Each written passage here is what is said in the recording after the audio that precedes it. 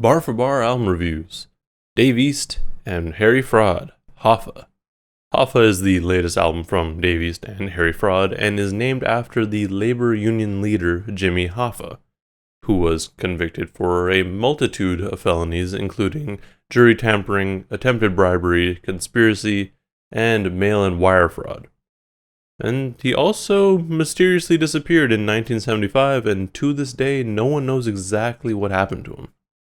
With this album, we get many references to Jimmy Hoffa in the form of things that he's done, as well as his disappearance, which, coincidentally, is where the album starts. The disappearance begins with an excerpt from a newscast talking about the disappearance of Hoffa and the last place that he'd been seen, which was a restaurant.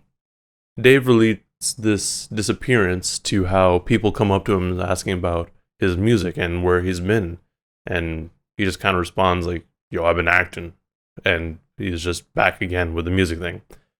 All of this is kind of interesting to say, at least to start off an album with, because he literally just dropped an EP like a month or so ago, and he's been releasing music pretty much every year for a few years now. So, a strange question to ask him. The Hoffa references continue with 60 for the Lawyer.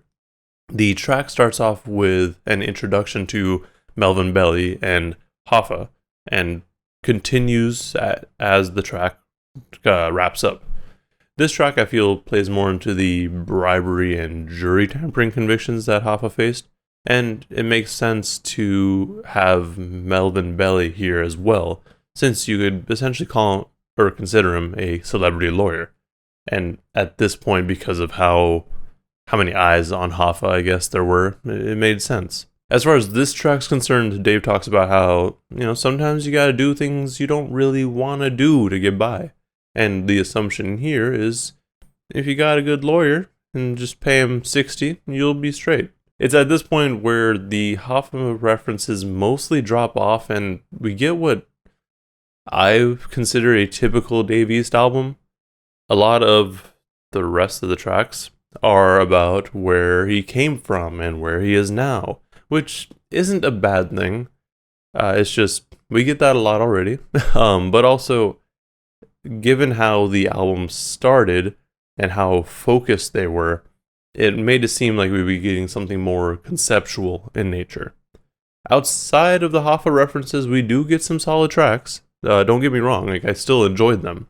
Diamonds, for example, like I said, is about his come up and the whole pressure creating diamonds idea, but I really love that sample that they used for the chorus. Uncle Rick is also really solid with a dope feature from Benny the Butcher, and with that track I honestly expected it to be a little bit higher energy than it was, but it still worked out pretty well. And then another one that I really enjoyed, which was just past the halfway point I believe, is I Can Hear the Storm, which again touches on similar topics as the other ones that I mentioned so far, but it's super smooth, and it kind of touches on how he can recognize things and see the storm coming, or, well, hear the storm. We also do get some more commercial sounding songs, which he does do every so often, and I'm not really here for, but you may enjoy it. Tracks like Count It Up with French Montana and Dollar in a Dream with Stephen Young really try to bring in a song or a sound that you may hear on the radio, but they're not really for me. The song with Stephen Young, the chorus just kind of felt very standard, I guess, which, again, not a bad thing, but it wasn't really for me. And then the song with French Montana it was not good. The chorus just felt really awkward, and I'm like, what are you doing, my guy? I'm just not a big fan of French Montana to begin with, so maybe that's it. We get a slight return to the references for Hoffa with The Product, where Dave says, "A loud and sweet, we gotta extort," which sounds a bit like jury tampering or bribery, just because he could be talking about that. But even then, it's like just a one-off line, as far as I could tell. With Money and Power, we get a more obvious reference. where both Dave East and Jim Jones are rapping about how important it is to have power, as well as money, of course, but between the two, power, most likely.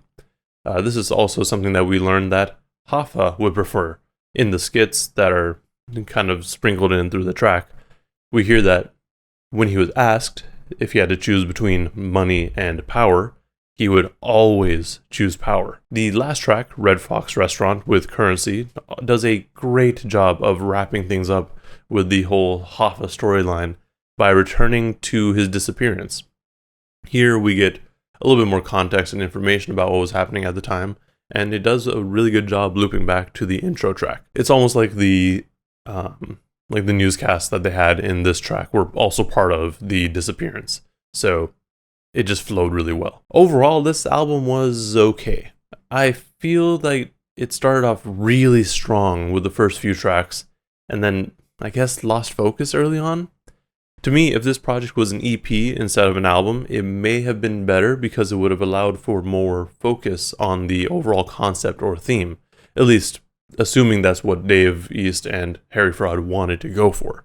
I mean, if you're going to name an album Hoffa and have all these like skits and I guess interlude bits with Hoffa references, I would assume that that's what you're going for. But I guess you could also argue that a lot of this album, even if it wasn't overtly stated, is still related to Hoffa one way or another.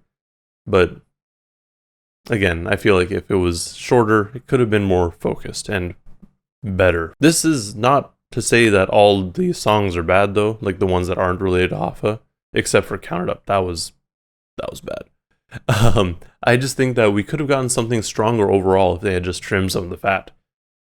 But aside from that, the production, of course, was a highlight.